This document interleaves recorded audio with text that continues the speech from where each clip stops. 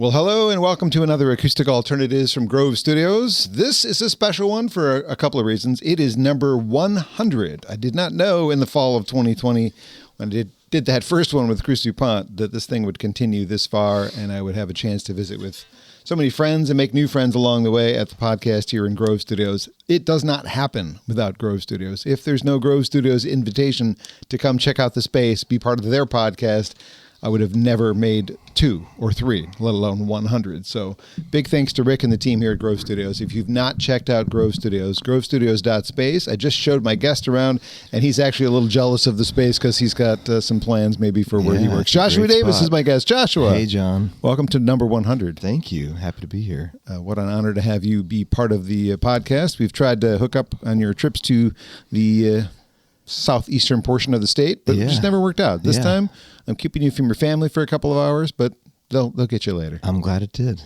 Yeah. Well, happy to have you here. The songwriter and teaching artist, which is what it says on your website, has visited with me several times in the past. I looked up a few dates back in 2008, 2011, 12, 17, but it's been, I think, since 2017 since we've done anything of this nature. So that's wild. Life has been a little busy.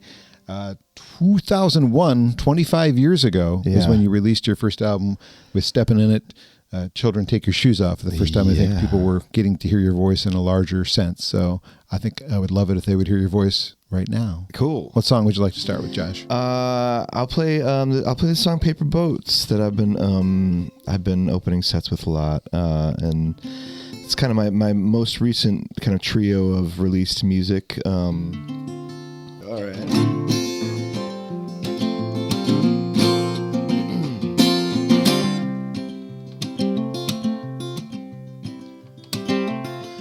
Remember building those paper boats, scissors and a little glue.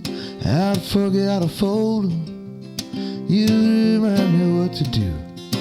A toothpick Jolly Roger would run down to the water, would race them till he wrecked them. A little boy and his father, paper boats on the water. Paper boats on the water. A little boy and his father. Paper boats on the water. Well, you've been gone a while now, but I don't know how to let you go. I screamed and cried, buried it inside for the past couple years or so. You raised me to be a child of the rivers, raised me to be a child of the lakes, but I can't stop this wild salt water cascading down my face. Paper boats on the water. Paper boats on the water. A little boy and his father. Paper boats on the water. Paper boats on the water. Yeah, yeah, yeah. Woo-hoo. Oh,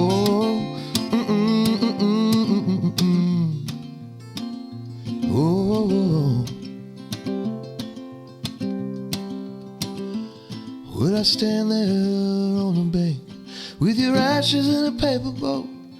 I cast it out into the current, cross my fingers that it flows from the creek to the stream to the mouth of the river. If I prayed, I pray that it be delivered to the deepest water, to the open sky, to that sacred note in a newborn's cry, to the first spring blossom on an apple tree, to the cradle of my memory. Yeah. Paper boats on the water. Paper boats on the water. A little boy and his father. Paper boats on the water. Paper boats on the water. Whoa, whoa, whoa. Woo-hoo.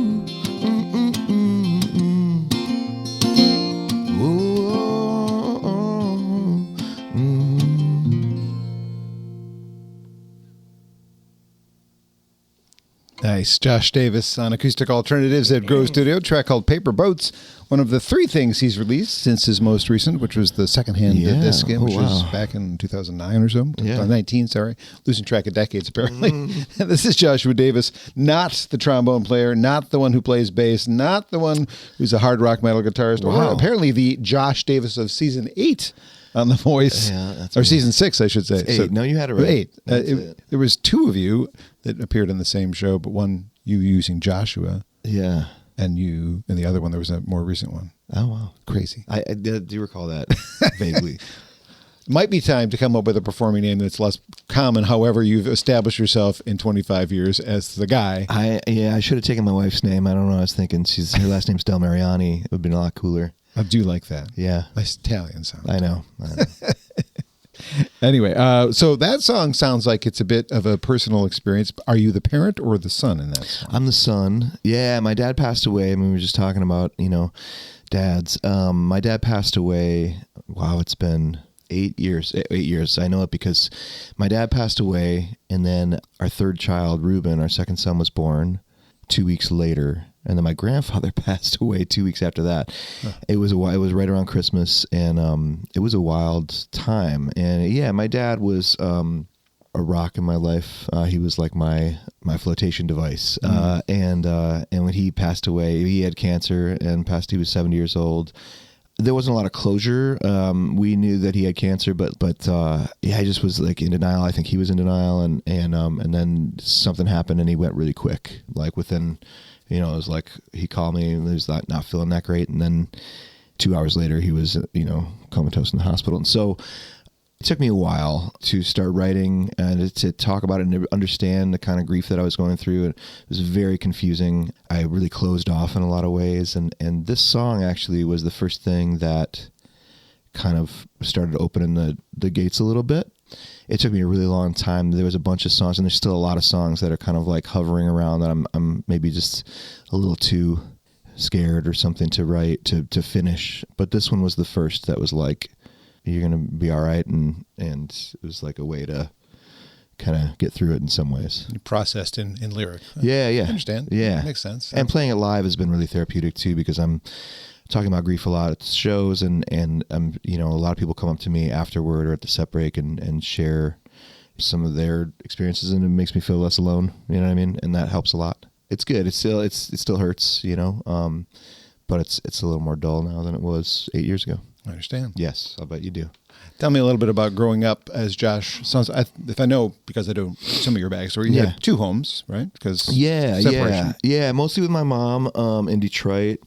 And, she was a single mother for a lot of it. And, my dad was up in the backcountry of the Upper Peninsula. And so I would go up there and spend most of my vacation time up in the Upper Peninsula and get away from the city and get away from my a lot of, stuff. It just allowed me to kind of disconnect from everything and have a kind of this second life. But yeah, my mom is still down here in southeastern Michigan, and she's a really amazing woman. She's a poet and a total fighter, and really worked hard to raise me and went through a lot. And I would go up to my dad's, and he was kind of like the good time parent, and I think for a long time, I think still I don't appreciate my mom as much as I should. But my dad was always somebody who I could get away with, and he kind of saw me as a friend and treated me with a lot of respect that I don't feel like I got at home, and really heard me. And so I was very, very close to him. But yeah, it was good. I mean, in a lot of ways, it was great. I got to spend the school year in Detroit around a lot of culture and to lots of different kinds of people. And then I would spend summers and winter breaks up in the middle of nowhere and running around in the woods like a feral child. Yeah. Were you an only child?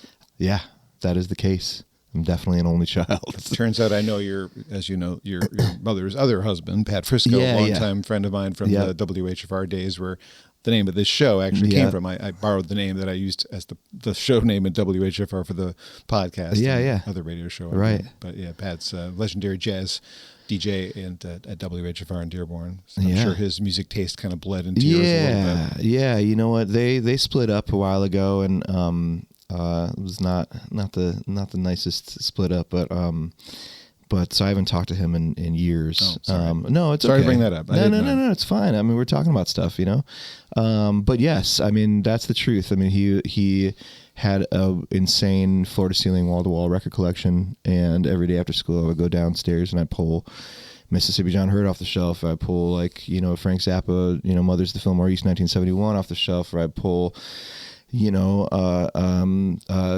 off the shelf. It's like it was a treasure trove, and to have that, and then I'd get home and he'd be playing like some really weird shit. I mean, just like, it was like breaking glass, and I don't even know, he's into all sorts of avant stuff. I don't even understand, So anyway, that was interesting. And my mom was always playing 70s songwriters, Bob Dylan and Joni Mitchell and the band and stuff like that. And so I kind of got these two very disparate, sounds growing up. As I think about Steppin In It and its sound when it emerged, and even just the name and the album titles, it feels very country, which is more informed to your father's side of the world and the side of your brain, I suppose. Yeah. It feels more, backwoods and right. Yeah, I think, that's in there too. But my dad was my folks were revolutionaries in Detroit in the '60s, and my dad, printed posters with the Artist Workshop, Gary Grimshaw posters for the Grandee Ballroom, and was really heavily involved in the White Panther Party, and so MC5, and he was a real rock and roller. So was my mom. So that's kind of his bag. But yeah, I grew up going to music festivals is what where a lot of that came from, and that's where a lot of the Steppin' In It eye to the past, or at least the roots of American music. I got into going to, I would go to lots of music festivals at Hart Plaza, all the WDT music festivals and world music and the, country music festivals. And then up north, there's a music festival called Hiawatha that I went to every summer. And that was I got to see people like Dave Van Ronk and Spider John Corner and, Mad Cat and Kane, those two are a huge, huge influence on my music. I saw Sherry Kane for the first time when I was really little, and just like didn't understand how she could do what she was doing with the guitar. And she's recently given my daughter guitar lessons down here, which has been really like a full circle thing, which has been great. We just relocated our offices for the radio station I'd work at for my day job, and everything that had been stored up for 60 years was coming over or getting thrown away. Yeah. And I found some posters and things that had been not used, not on the walls for many years. And there's this really cool one of Mad Cat and Kane that's now in my office. That's just awesome. Sitting on the. So. Legendary. I saw them, many times when I was younger, and really huge influence. Yeah. Peter's been here. One of the many people that has been on the podcast. We were talking about his 80th birthday or whatever. It might have been 75th. Oh, man. One of the two. Crazy. All right. So Steppin' In It was a thing that formed when you were in college, right? Yeah. I moved to... so I was at Eastern for a year here in Ypsi, and then I went to Michigan State after that, and I was doing theater. I was always doing theater, but I was, playing on the side and just trying to kind of find people to play with, because I always loved that. And a friend of a friend introduced me to Dominic and Andy and a guy named Joe Khalifa, and they had been playing as a trio, instrumental stuff, looking for a guitarist and a singer. And I went down one day to Dominic's basement, and we all loved Taj Mahal. We found that we had this love for Taj Mahal. We were all coming from kind of different worlds, but these guys were really into roots music as well, like I was, in different ways. Some were more into bluegrass, some were more into jazz, some were more into blues. But Taj is kind of like that point, because he brings in so many different worlds to his music. Like a genre in himself. Yeah, he is. I think so. And so we started playing some of his music, and then moved on to, the second song that we played was my take on The Butcher's Girl, which I learned from Joel Mabus, because I had seen Joel Mabus at Hiawatha. Joel Mabus, Michigan songwriter and unbelievable, music historian and player. And he had an album called Flat Pick and Clawhammer it's 2 albums, but they're combined in a CD form. I listened to it and I learned every song on that record. And anyway, I came down there and we played the song Butcher's Girl. And I mean, it's a song that we put on a record and we still play that song, you know, when we do get together. I remember walking away from that rehearsal or that jam or whatever it was being like, you know, it was like something had changed. You know, it was one of those moments. So yeah, it was a beautiful time. I skipped over the when did you know you were a singer? Like, because not everybody knows how to sing. No, or can sing. I never thought of myself as a singer, really. I mean, I didn't. I went to school for acting. I didn't go for school for musical theater. I was in choir in 8th grade, but I didn't really, you know, when I started writing songs, it was more about the songs than the singing. So I always thought of myself as somebody that was just singing to get the words out. I'd never really thought of myself that way. I still kind of don't. In a lot of ways. Great voice, Josh. Thanks. Yeah, no, I think it's a great voice. You know, I mean, I think it's more that I can kind of get into an emotional space with it, and I know how to use it in ways. You know, I don't think like my range is not great. I'm not like you know, I work with so many incredible singers that are like technically unreal, but I think I know how to work with what I've got pretty well. Well, in the 25 years since that first one from Steppin In It, there's been 4 studio records and a live record. And I don't know if there will be ever another, but if you end with the last 2, those are my 2 favorites. The live record is a great way to encapsulate what you guys are doing. And Simple Tunes for Troubled Times is, I think, the best of the bunch. Thanks. I appreciate that. Yeah, I mean, we're never going to stop playing. I think that we didn't play this. Usually we've been doing a winter thing in January, but we did not do it this year. But yeah, everybody's got so much going on. But I think that we'll probably just keep getting together once a year and playing a few gigs, and that's probably the way of that. My expectations actually were that when the Ann Arbor Folk Festival was announced and it said that Green Sky Bluegrass was the only act on Friday, I'm like, but you got to have Steppin In It play in January. Yeah. Why would you not add them to the bill? Yeah. Thought that would have made a great double bill. Yeah. I love those guys. Figured it would have worked out nicely, like the fan base would have crossed over. And definitely a family. Might have got a few more people in there. Right. In between, though, the records, you were starting to release solo records as well. 5 so far, if I've counted right. 1 live one, plus an EP. Yeah. Then if you haven't done this, you should probably do this. Look for yourself on both YouTube and, let's say, Amazon. Because of the other Josh Davis, as because you've achieved some more than they have. They get blended together. They do. I've seen that. Yeah. It looks like you've released a few singles that you have not. No. Yeah. My students actually brought that to me at one point, and they were like, "Hey, what is this? Yeah. It sounds like a EDM track or something." There's a metal one-ish. Like right. Definitely not me. Yeah. That's not me. And yeah, and there's a Joshua Davis who's a jazz bass player out in Boston, I think, or something like that. Teaches at Berkeley, maybe, or I don't know. There's a bunch of us out there. Kind of a nice and weird thing to have happen to you, but it's a common name. I probably should have chosen differently. Your website, however, that was your name with music, right? Davis Music. Yeah, Joshua Davis Music. So you beat them to that. I beat them. Like I've got johnbommarito.com. That's right. So the other guy that owns the car dealership. Is that what you got? The car dealership guy? Pretty sure.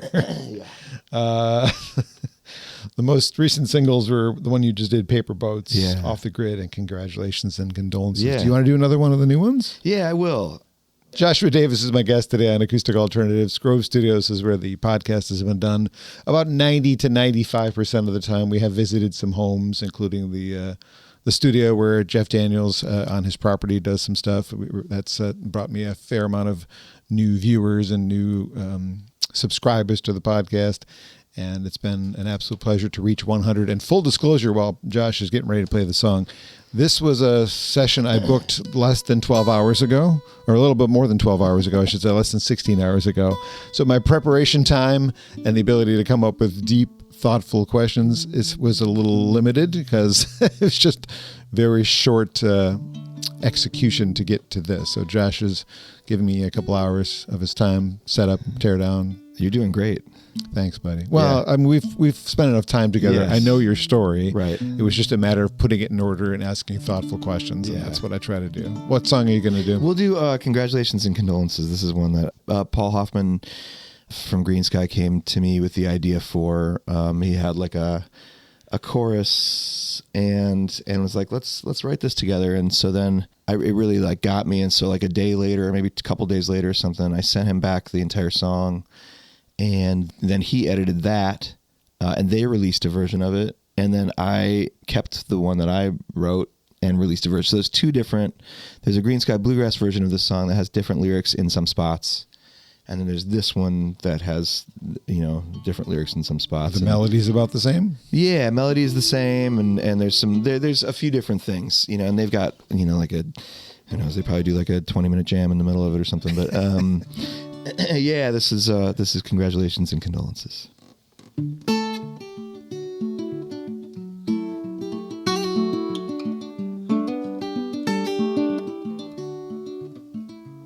I remember riding down 75 in that rusted or whatever you were driving. The sky was busted open wide. It was you and me in the morning light. Now, the years do what they always do. I've been trying to keep up with you through the status on this little screen, but I can't see you in between the zeros. And once we didn't have to try. Now I wonder what you'd see if you looked me in the eye. How do we become friends like this? Congratulations and condolences.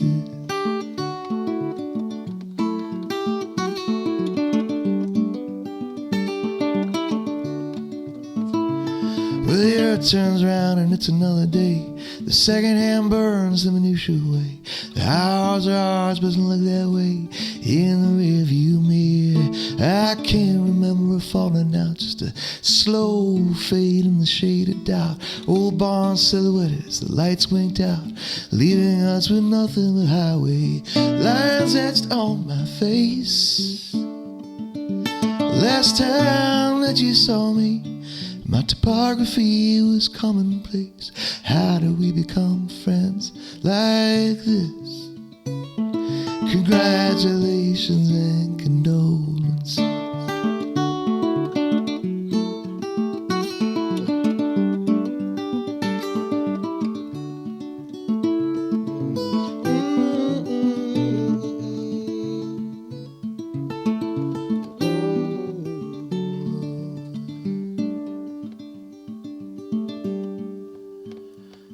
I heard your dad just passed away. You got a little one on the way. Well, I'm not sure what I can say besides thoughts and fucking prayers. But hey, maybe I'll text you, maybe I'll call, maybe it won't mean nothing at all. But listen, I'm reminiscing as I'm here rolling down I-75 that once we didn't have to try. Now I wonder, would you know me if you looked me in the eye? How do we become friends like this? But how do we become friends like this? Yeah, how do we become friends like this? Congratulations and condolences.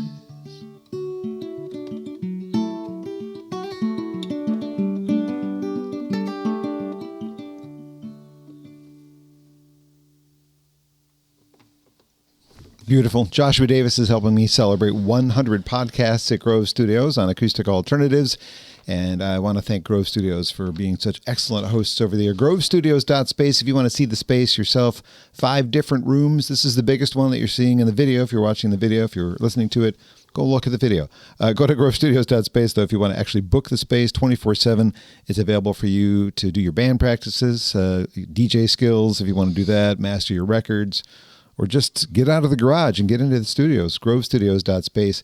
And Josh, thank you so much for doing these songs with me this morning. It's a pleasure, John. I'm so happy that you were able to get in here and help me celebrate 100 of these. This is great. What a marker. It is. Yeah. Stylistically, I would say, if you had to peg Steppin In It into a box, it was more Americana, but your solo stuff isn't necessarily in the same box. It's in part of that box, but I feel like you stretch out a little bit more, and I feel like, if I'm not incorrect, you can correct me, the lyrics are more personal for your solo records. Is that right? Generally that's the case, yeah. My wife is a poet, and she's also just brilliant human being, and she's really pushed me, and we've co-written. I mean, a lot of this stuff, honestly, is she's the first person I play stuff for, and she has incredible. She's just like a really brilliant mind, and she also expects a lot of me, and so I can't really like phone anything in. And even the songs that she's not credited on helping me with, she's definitely helped me with. I mean, there's some, we've got a few songs that we've written together on paper, but like, I mean, she's always suggesting things. We're always looking into things together, and so I think there's a depth that I've dug into now as far as lyrics go, especially, and kind of concept and the way that I put myself out there in songs. I think with Steppin In It, it felt more like I was writing for characters and I was writing for the band. And this is definitely a lot more like I can write for me and not really worry that much about what the genre is or what it sounds like necessarily, and more kind of just like do what I do.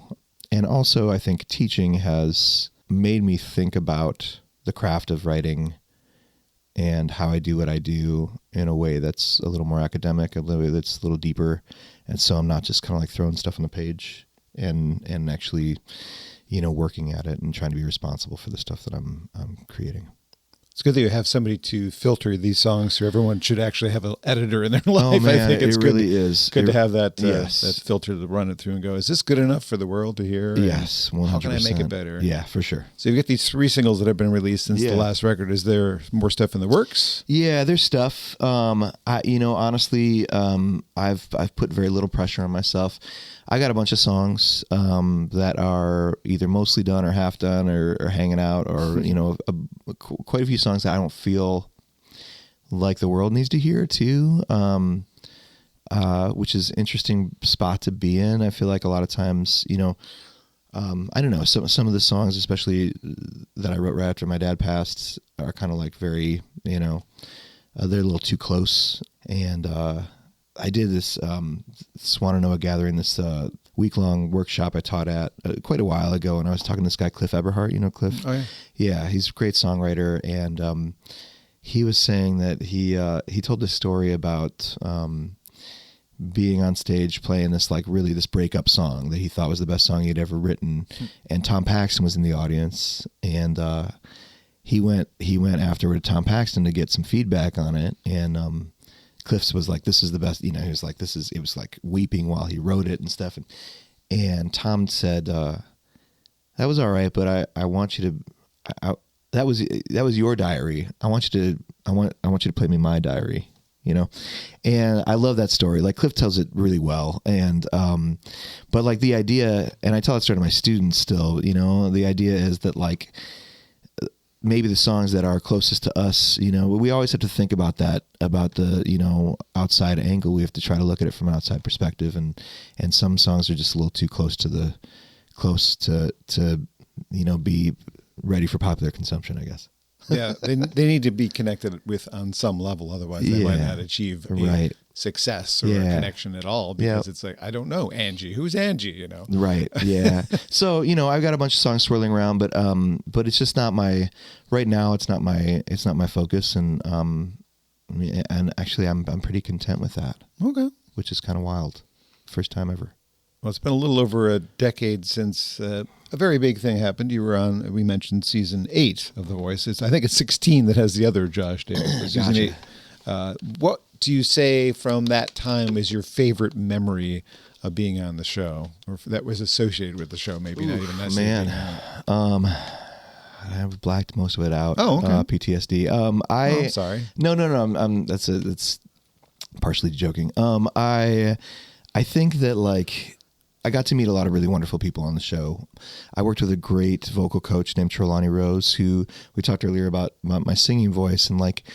That's the first time that I felt like a singer, was when I started working with her, because I'd never done any kind of vocal training before, and she worked a lot of magic and made me understand that the way I was using my voice was not the way that I should be using my voice, and opened up a ton of range, opened up a lot of possibilities for me, to change the way I write songs And so that to me was a really important experience. Coming back to my family, like my daughter was 10 years old and my son was, was just being born.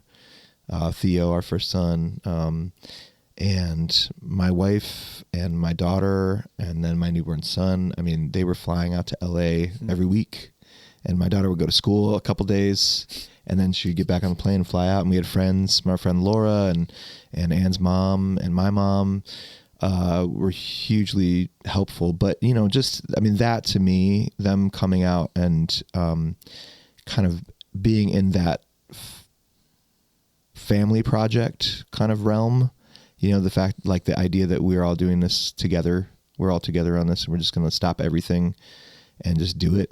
I really have to give it to my wife for that, because she's able to do that. She can has a lot of vision, and she's selfless in a lot of ways, and she just was like, okay, this is what we're doing now. And she made all the rest of it happen. So yeah, I feel very grateful for the experience. It was terrifying.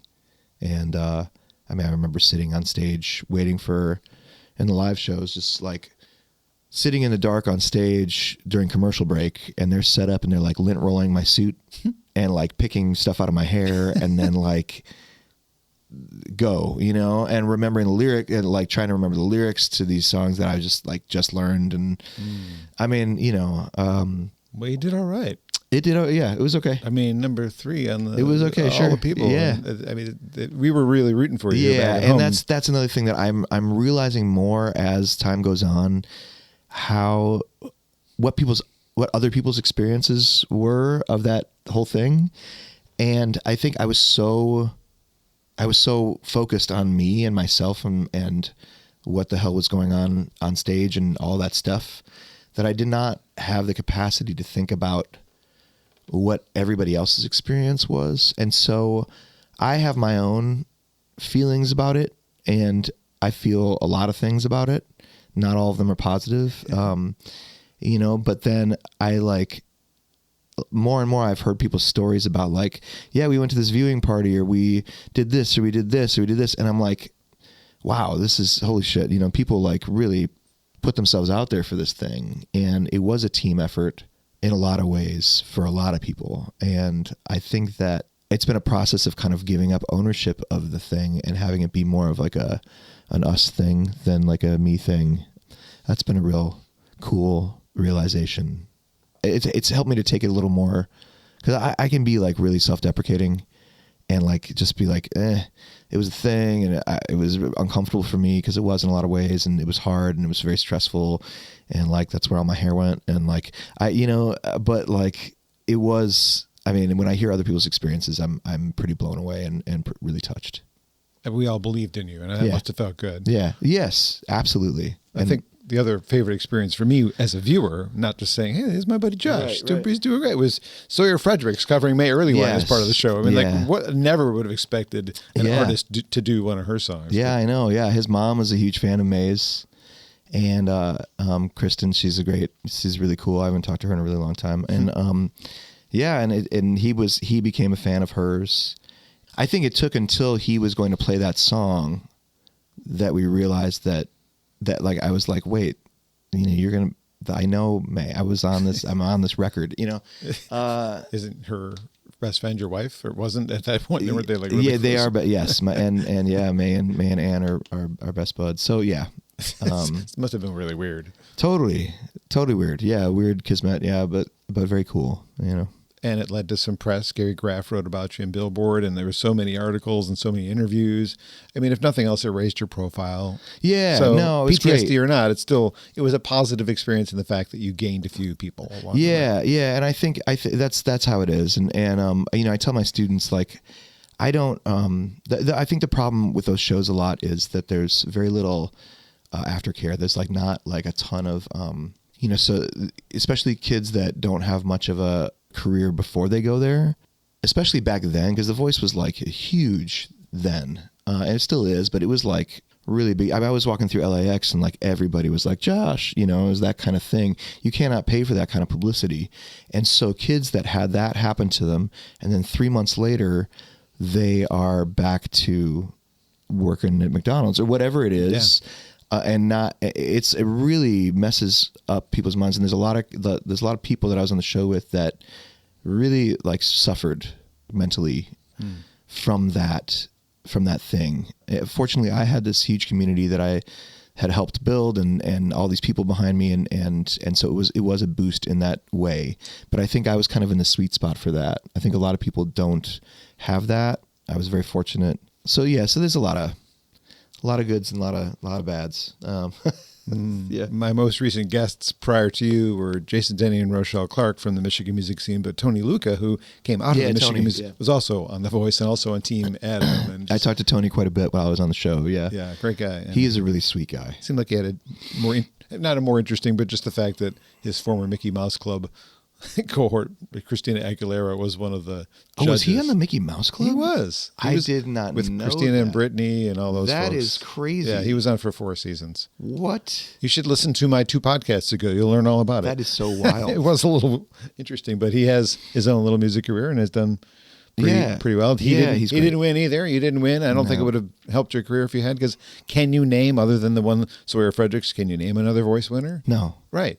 There's some great talent on there. I do watch the show occasionally, more so when I know somebody who's on it, but it hasn't really produced a megastar that we can all go, oh, they came from The Voice. No, that's just not what the show does. It's more about the judges, or the coaches, or whatever you want to call them, and it's just entertainment. It's all entertainment, and it's enjoyable to watch. I had never seen it before we were on it, but I watch it occasionally, or I'll look at some videos, and it's especially the blind audition phase is like pretty fun to. It's fun to watch. They hit the button right away when you sang. Yeah, Adam and Blake both went bam right away. So that's pretty cool. Anyway, well, letting that go.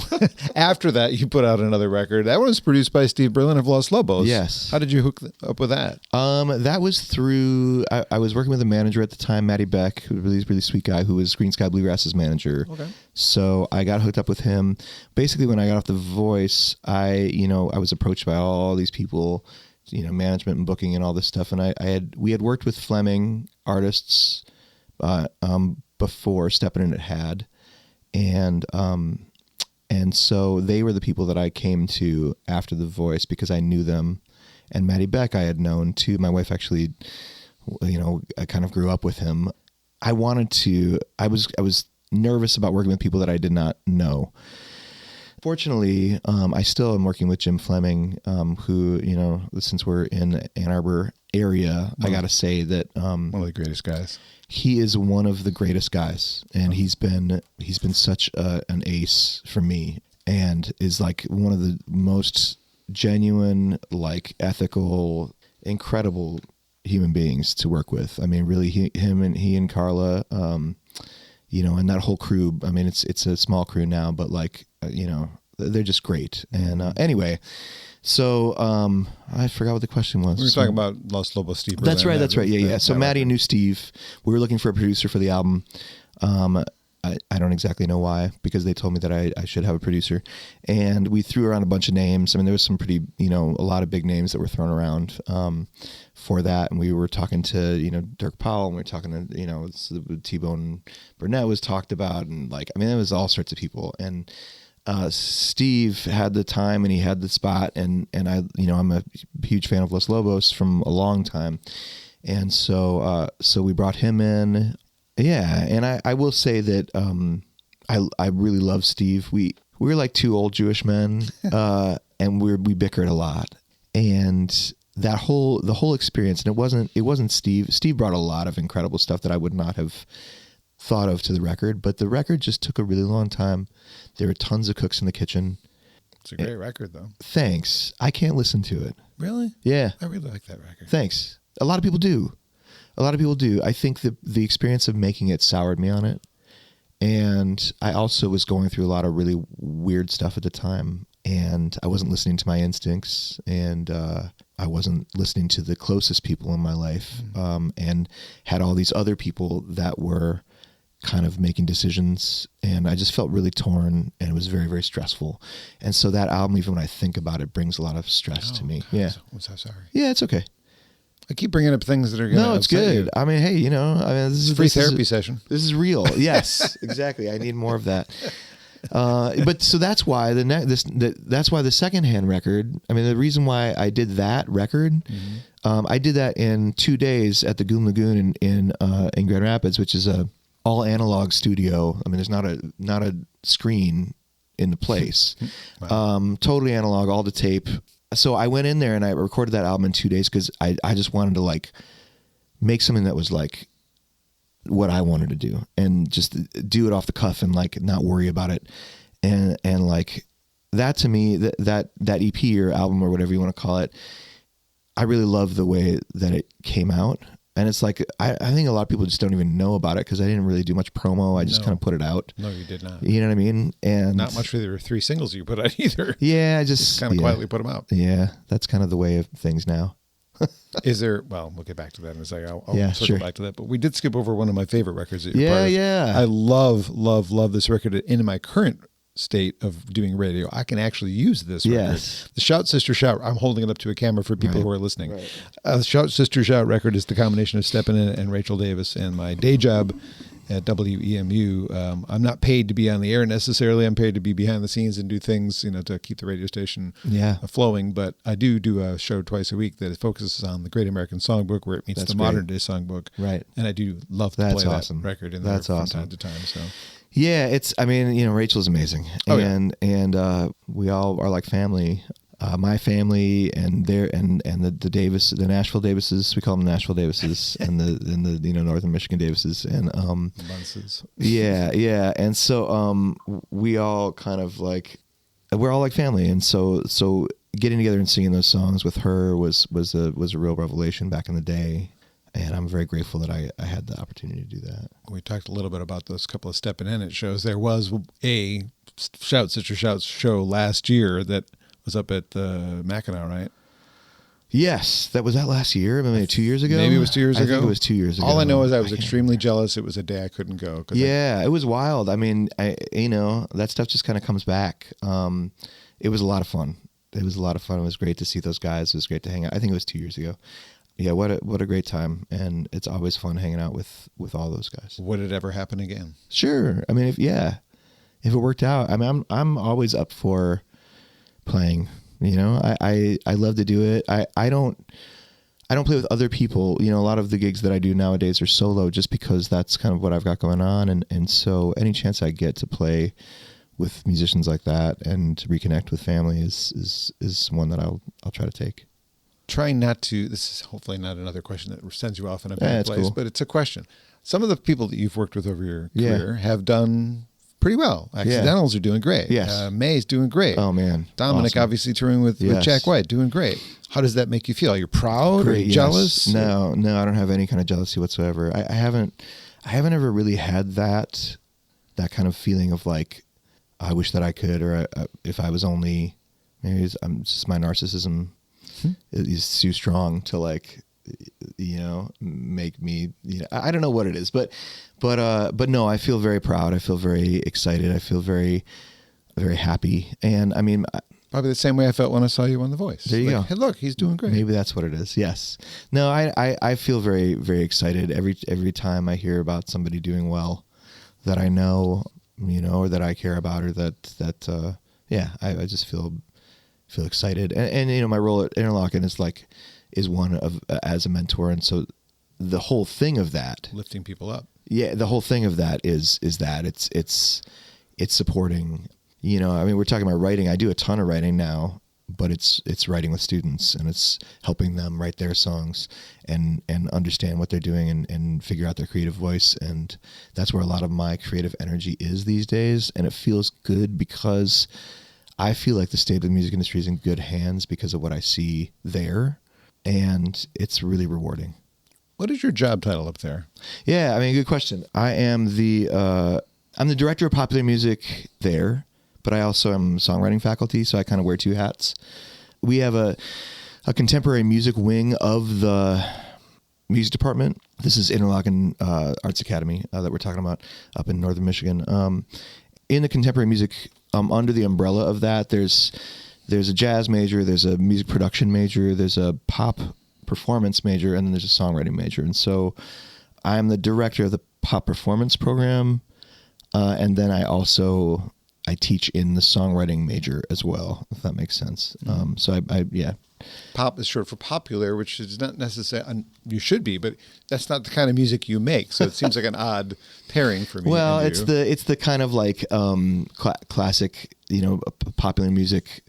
Not necessarily pop music like Justin Bieber or Justin Timberlake or all the Justins, but like popular music. So not Gershwin, Cole Porter, not those people? serious music, right? Not classical music. Gotcha.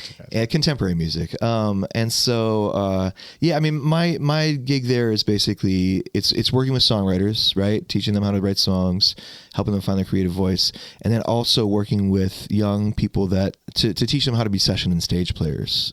So we have ensembles there. We have bands that I put together, and we play all sorts of different material, and we study it, and the lineage of it, and we dig really deep into the lineage of contemporary music and popular music, and we learn about it, and we play it, and then we back up the songwriters on their stuff, and we work with the production people to do recording and session work. And yeah, it's a unicorn job. It's a great gig.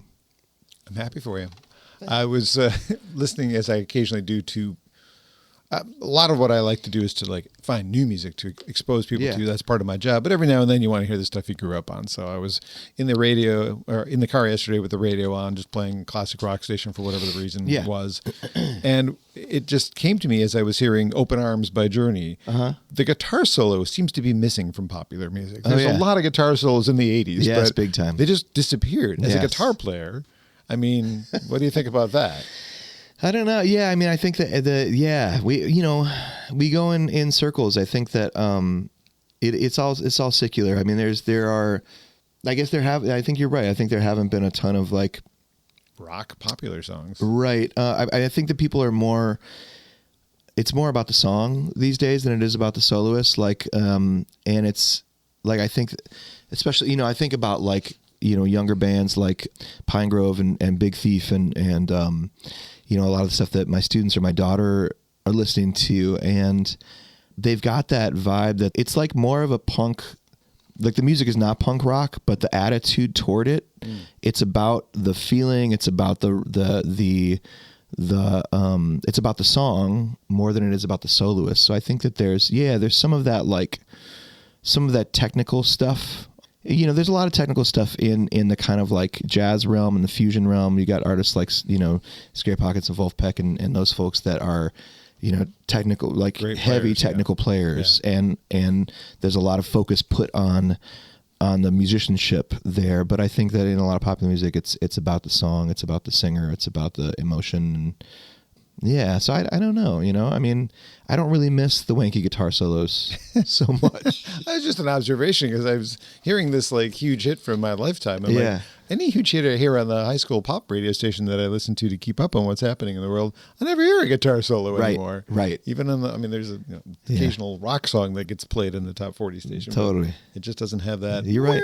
No, you're right. You're right. The arena right. anthemic, not in popular music. Maybe not a lot of guitar harmonies either. Nope. All right, new subject. I didn't know this until I was doing some quick research in the last short hours. You are friends with the owner of Shorts, and have they ever named a beer after you or tried to? No. Why not? Joe and I have been great friends for a long time. Shorts beer named Davisville or something? I don't know. No, nothing like that. But I will say that Joe, my wife and I were getting married, and Shorts Brewery was really kicking off at that time in Bel Air, and I called Joe up and I was like, hey, we want to buy some kegs for the wedding. And he was like, let me call you back. He called me back a few days later, and he was like, I'll do you one better. I'm going to bring the truck down and I'll work the kegs. And so at our wedding, he brought his truck down and brought kegs and worked the kegs all night, and then we were at my in-laws' place, which is in Stevensville, right on it's a bluff going down the beach with all these steps. And at 2 a.m, he's dragging a keg down all these steps to the beach, so. That's a good friend. Yes. Yeah. He's a great guy. I mean, I haven't talked to him in quite a while, but he's a really creative, very, very cool guy, and has done a lot for, Northern Michigan and for craft brewing. I'm not a beer drinker. I just don't really like it, but I know that he makes good stuff, from what I understand. Never tried it, but I don't know. I just thought that was an unusual thing I didn't know about you after all these years as I'm doing this quick research. Yeah, a lot of connections. I mean, that's what, this is something that I say a lot. It's like, the music industry is all about connecting with people. And I think that it's about, mutual enthusiasm and reciprocity and just there's so many freaks out there doing all sorts of crazy stuff in this world, and I met a lot of them through touring and just through being a creative person myself, and I'm just constantly amazed by what humans do with their lives and what they get into, and it's just like what they geek out on, and so that's really fun for me, is to just like get to know people and what they're into and how they work. Final topic before we go into another song, but it's tangential. It has two arms. It's about kids. Your kids first. Yeah. Your kids are singing, or at least one of them is, right? Yeah. I mean, my daughter was always, we were a big musical theater family. My wife was into musical theater. I was into theater. And my daughter, we go to this little K through 12 up in Leland Public School, which for a little K through 12 in a rural place has a really incredible little theater department. And so my daughter Talia, who's now here at U of M, is... You're the father of a college student? Oh my God. I know, she's a junior. She's actually in Paris right now with her partner. Yeah. I came down here. I was hoping to see her when I came down here. I mean, I knew that she was going to be going, but then...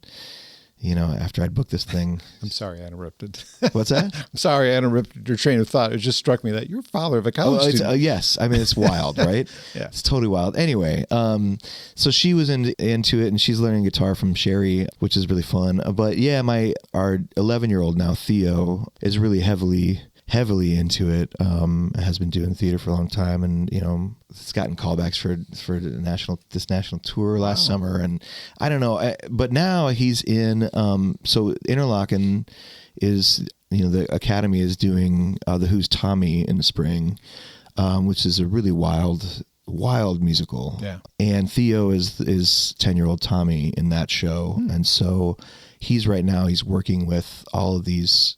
And the musical theater program at Interlochen is it's like world class. It's like professional. I mean, it's amazing what they do. And so to see him working with all these like incredible people has been really great. It's been a really fun thing. So yeah, and I've got one of my kids is like into drums, and another one's really into dance. My youngest, our 5-year-old, just wants to dance, so he's in ballet and tap, and it's really rewarding. It's so fun. That's great. Yeah, it's great. Do you ever walk around the house asking your kid, Tommy, can you hear me? No, yes. Those songs, we get into those songs all the time. That's a great album. Yeah. Yes. Yeah. Yeah. And Theo and I actually were in a community theater production this past December at the Old Town Playhouse in Traverse City. We did Matilda together there. So it was wild to get back into that. I hadn't done musical theater in 20 years. But it was really fun. The other kids angle is the On-Stage Kids, which you co-founded. Are you still part of that? Is that still part of your... It's not really happening much. Jim and Karen Sundberg are kind of the creators of that. They're really wonderful people that live up north, and all my time is spent either, with my family or at school, or playing some gigs. And so my time is really tight these days. And so doing any extra stuff is really hard to fit in. Okay. But that was really special, and it taught me a lot about working with kids. We traveled all over the place and did all these school presentations, and it just taught me a lot about what kids respond to, how to kind of create enthusiasm, how to kind of talk to big groups of kids, how to try to get them excited about stuff. And it was really special. And a lot of communities that we went to that, some of these kids had never even seen somebody play live music before. Right. And so, just that in itself was really special, and something I was really proud to be a part of. It's part of your history. Yeah. It's part of your legacy. Totally. Joshua Davis, my guest on Acoustic Alternatives from Grove Studios. One more song. What would you like to do? I've been playing this one quite a bit lately.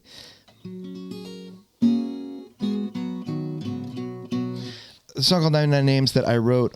I put on a Miracle of Birds record. Yeah, there it is. Upside down. That I released after my travels in the Middle East with this really wonderful nonprofit organization called On the Ground.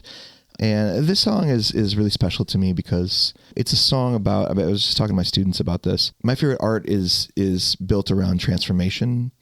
And I think that, like, you know, we were talking about Joseph Campbell and about the hero's journey and about how the stories that we tell ourselves throughout history, you know, have this arc of transformation in them. And that's the compelling thing, is like how what the revelation is and what the struggle is and how people come through it and how they're changed. And this song is very much that. It's a song where I was staying with this Palestinian family and the gentleman that I talked to, the kind of patriarch of the family all night, and he told me a story and he really said some things and his compassion and his empathy and his resilience was like really mind-blowing to me, and was just kind of took my mind in a 180 direction. We have these moments in our lives, I think, sometimes where a switch just flips, and there's an experience in mine where that happened. A switch just kind of flipped. So this song is kind of like about that. Yeah, I'll play it for you.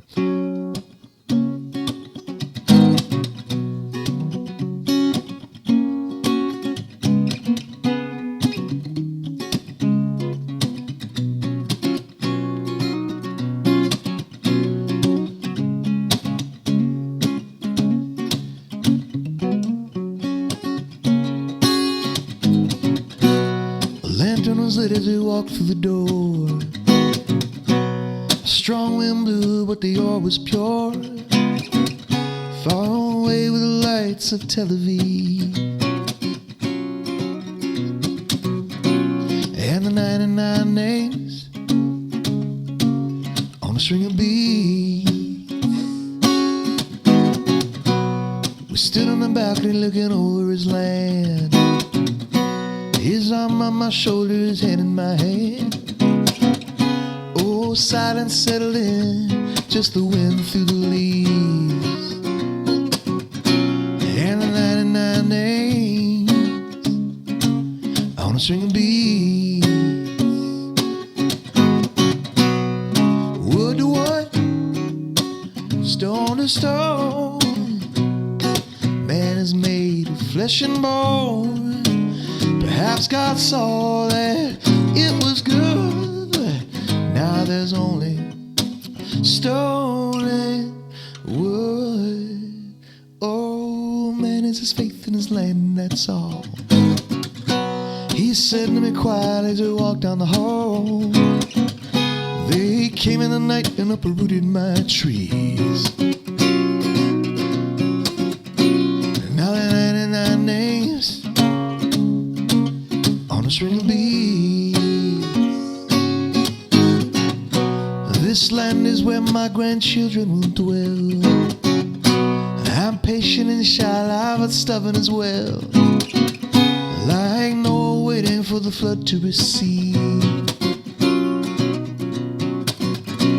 With my 99 names and a string of beads. Wood to wood, stone to stone, man is made of flesh and bone. Perhaps God saw that it was good, but now there's only stone and wood. He took my wrist in his hand and he held on tight. He said, how is it you find your path in the night? From where does it come and to where does it lead? Then he placed in my palm a string of beads. Well, he gave me the house, took the stairs for himself. The lantern was humbly placed on the shelf. I stared at the flame and sat clutching my knees. With my 99 names and a string of beads.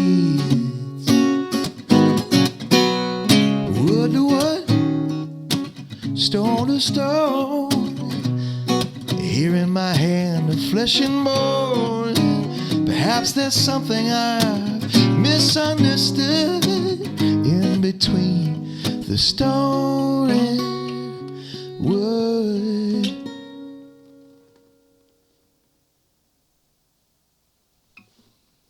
Joshua Davis, my guest on Acoustic Alternatives, episode number 100, a song called 99 Names. You can find it on his album, Miracle of Birds, upside down again, Miracle of Birds, which I'm holding up to the camera for those who are watching. And I did think of a couple quick other questions. Yeah, please. As a person who suffers from dry skin, the thought of playing guitar with these cracked fingers would be really painful right now. Yeah. You live in a very northern part of the state where it's colder. It is. And probably more difficult. How do you deal with dry skin, or do you not have this problem? I moisturize.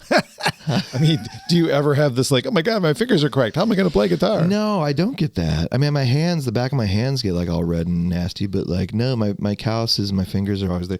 I think more so it's like, it's when I don't know, it's just like cold hands or something. No, I've never had that problem. Okay. Yeah. And as I was thinking about your tone and your voice that I love, it reminds me that there are not a lot of singers who have that similar tone that are at a level like one voice that did come to mind while I was hearing your voice today was Taylor Goldsmith of Dawes, and I thought, I wonder how he feels about the band Dawes. I think they're cool. I saw him once. I don't know much about him, to be honest with you. Yeah. Well, they're influenced by the same things you are. Yes, I think they are. Yeah, no, I think they're cool. I've heard a lot of great things about them. I think the show was cool. The sounds are cool. They're doing some really interesting stuff. They're good players. Yeah, I guess I don't. It's not what you listen to? No, you know what? I guess not right now. What are you listening to? That's a great question. What did you listen to on the way here? What are you going to listen to on the way home? Well, I didn't listen to anything on the way here because I was like just waking up. But I've been listening to a lot of different stuff. You know, there was one point where I realized that most of my catalog was male artists, and so I kind of made it a point to listen to female artists, and I'm kind of still in a lot of ways on that kick. It's Women's History Month, right? And especially right now, I mean, in our industry, well, in every industry, you know, most of my songwriting students are girls, female, or women, you know, and it's a patriarchal industry. It's a patriarchal world. Mm-hmm. And I mean, we're faced with that every single day. And I think about it all the time. You know, I'm definitely a part of it. You know, I'm entitled in a lot of ways. And me being a white cis male has really brought me a lot of things that other people have to work really hard for. And, you know, and especially in this total shit show of a world right now. And I hate to get all negative, but like, it's a really rough world, especially for women and girls right now. And I think us men are the problem. Yeah. You know what I mean? And me, I mean, all of us, we're so stuck in our entitlement, and I have a lot of learning to do, and I've done, a lot of things in my life that I don't feel super proud of, you know, and leaned on my entitlement in a lot of ways. Anyway, so I've listened to a lot. I've been trying to listen to a lot more female artists and also, you know, artists of color, like, and I listen to a fair amount of world music because I'm a very lyrics centered person. And so lyrics really annoy me when they're not how I want them to be. And so if I listen to music in a different language, then I don't have to worry about it. Right now, actually, I'm listening to this incredible podcast by Jad Abumrad about Fela Kuti. Jad Abumrad is is the founder of Radiolab, which is a great science podcast. Mm-hmm. And he put out this, it's called Fear No Man. And it's about Fela Kuti, who's, the father of Afrobeat music, from Nigeria.